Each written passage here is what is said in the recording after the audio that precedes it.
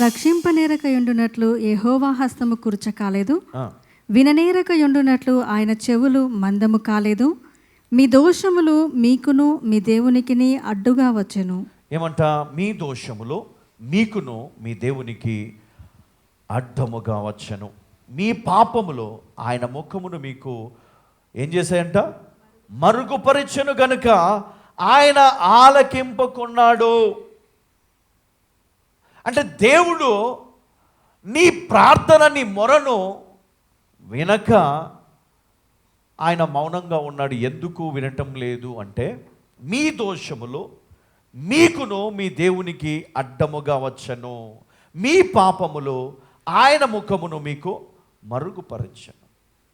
మీ దోషములు మీ పాపములు దేవునికి మీకు అడ్డు. హల్లెలూయ. అడ్డు. ఈ దోషం అంటే ఏంటి? పాపం అంటే ఏంటి? పాపం అనగా మరి ఆజ్ఞాతిక్రమము లేదా పదాజ్ఞలు మీరినప్పుడు దాంట్లో అంటే ఆజ్ఞాతిక్రమం. మన జీవితంలో ఇప్పుడు మనం చూస్తే నిజంగా మరి మనము పాపులమై ఉన్నామా అని ఒక ప్రశ్న. యేసుక్రీస్తు ఎందుకు వచ్చాడు? రక్షించడానికి. ఆయన రక్షించాడు. అయితే ఇప్పుడు మనము మరి ఆ పాపాలు మనం చేస్తున్నామా? క్రీస్తు నమ్ముకున్న వాళ్ళము చేస్తున్నాం. అబద్ధం ఆడద్దు అన్నాడు, ఆడుతున్నాం. నరహత్య చేయకూడదు అన్నాడు, చేస్తున్నారు. తర్వాత వ్యభిచారము చేయొద్దు అన్నాడు, చేస్తున్నారు. ఈ పదాజ్ఞల్లో ఏవైతే ఉన్నావో వాటినే మనం చేస్తూ ఉన్నాం ప్రతిరోజు మన జీవితంలో. మనుషులు మోసం. అయితే మరి ఇప్పుడు ఒకసారి ఆలోచన చేద్దాం. క్రీస్తు మరణం వృధా కావాలా? క్రీస్తు ప్రేమ వృధా కావాలా? క్రీస్తు మనస్సు వ్యర్థమైపోవాలా? మరి క్రైస్తవులు ఏం చేస్తున్నారు ఈరోజు? సంఘం ఏం చేస్తుంది? వాక్యం వినేటప్పుడు అందులో ఉన్నటువంటి మరి ఆ సత్యాన్ని వెతకాల మనం కదా. బంగారాన్ని దాన్ని వడగట్టి చాలా సేపు ఆ నీళ్లను ఆ మట్టిని వాళ్ళు శుద్ధి చేసి చివరకు అడుగున కొంచెం బంగారం వస్తే అవన్నీ సేకరించి తర్వాత అవన్నీ కూడా మరి బాగా మరిగించి దాంట్లో నుంచి మరి ప్యూర్ గోల్డ్ని వాళ్ళు బయటికి తీయడం జరుగుతుంది. చాలా పెద్ద ప్రాసెస్ అది. సో దాన్ని ఎంత శ్రద్ధగా వారు మరి వెతుకుతారు. వెండిని వెతికినట్టు, బంగారంను వెతికినట్లు. మరి ఎందుకు దేవుని వాక్యాన్ని వినడానికి మనము ఇష్టపడం? ఎందుకు అది మనకు ఒక సోదిలాగా, లేకపోతే అది మనకు భారంగా మనం ఎందుకు ఫీల్ అవుతాం? ఎందుకో చెప్పనా? నీ మనసు సిద్ధంగా లేదు. ఫస్ట్ ఆఫ్ ఆల్ నీ మనసు సిద్ధంగా ఉన్నప్పుడు దేవుడు వాక్యమును ఆయన వెదజల్లుతాడంట, ఆయన సత్యాన్ని బోధిస్తాడంట. మరి ఆ సత్యాన్ని మనం గ్రహించే జ్ఞానము మనం పొందినప్పుడే దేవుడు మనకు బోధిస్తాడు.